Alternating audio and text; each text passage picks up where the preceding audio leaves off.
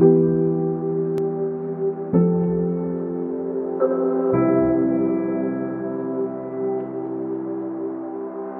me, I think the hardest thing for me at that point was thinking about letting go. Letting go of my children, for example. I'm just like struggling. I said, you know, God, I'm ready.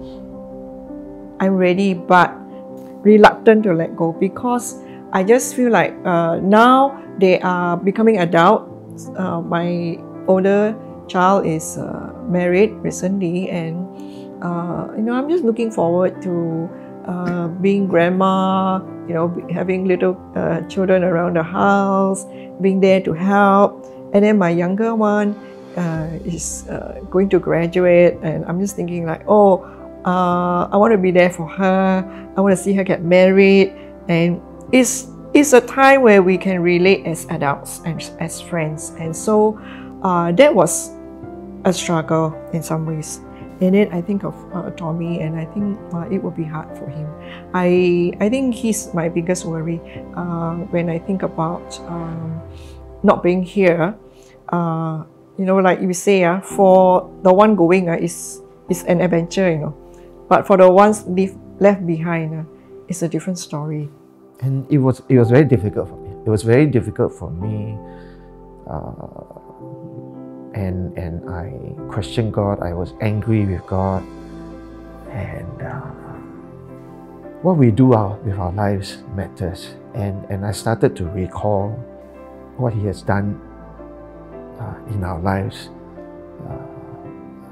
together as a family, as parents, and how He had proven Himself to be faithful and real in so many ways. And on those little base situations, I began to let go a bit more and accept the situation, knowing that there's really nothing I can do except to carry on. The other struggle I had was my ministry, the work that God called me to do. Because it was entering the 10th year, and I, in a sense, when God called me to do the work, it was like starting from scratch. And so to think about retirement is also painful, but it's a reminder that these are not mine. You know, it belongs to God, and so He has the ownership. I have the stewardship. Throughout this journey, I think in our discussion and all, they will come to the point where we're not focused on dying. We're not focused on how many days she has left. We're actually focused on living.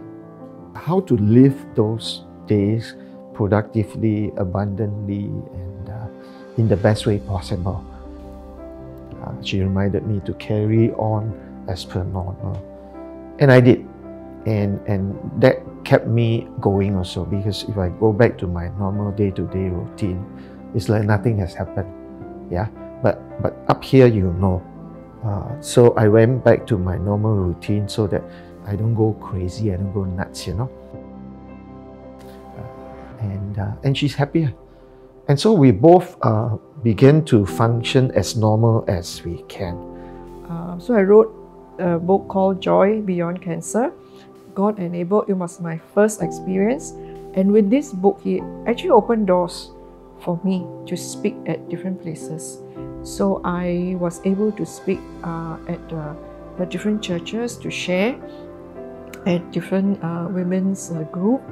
And I have speaking engagement up to next year. And that keeps me thinking about the next session that I'm going to be talking about, and working through the topic and asking the Lord, you know, what do you want me to say? So that book was not planned, but it came about as the Lord leads me. And that's why I feel like in this new season of life is you let God lead you. And He enables me to do what I can with the limited amount of energy I have. So that comes a new excitement. Yeah, that even in sickness, you can serve God.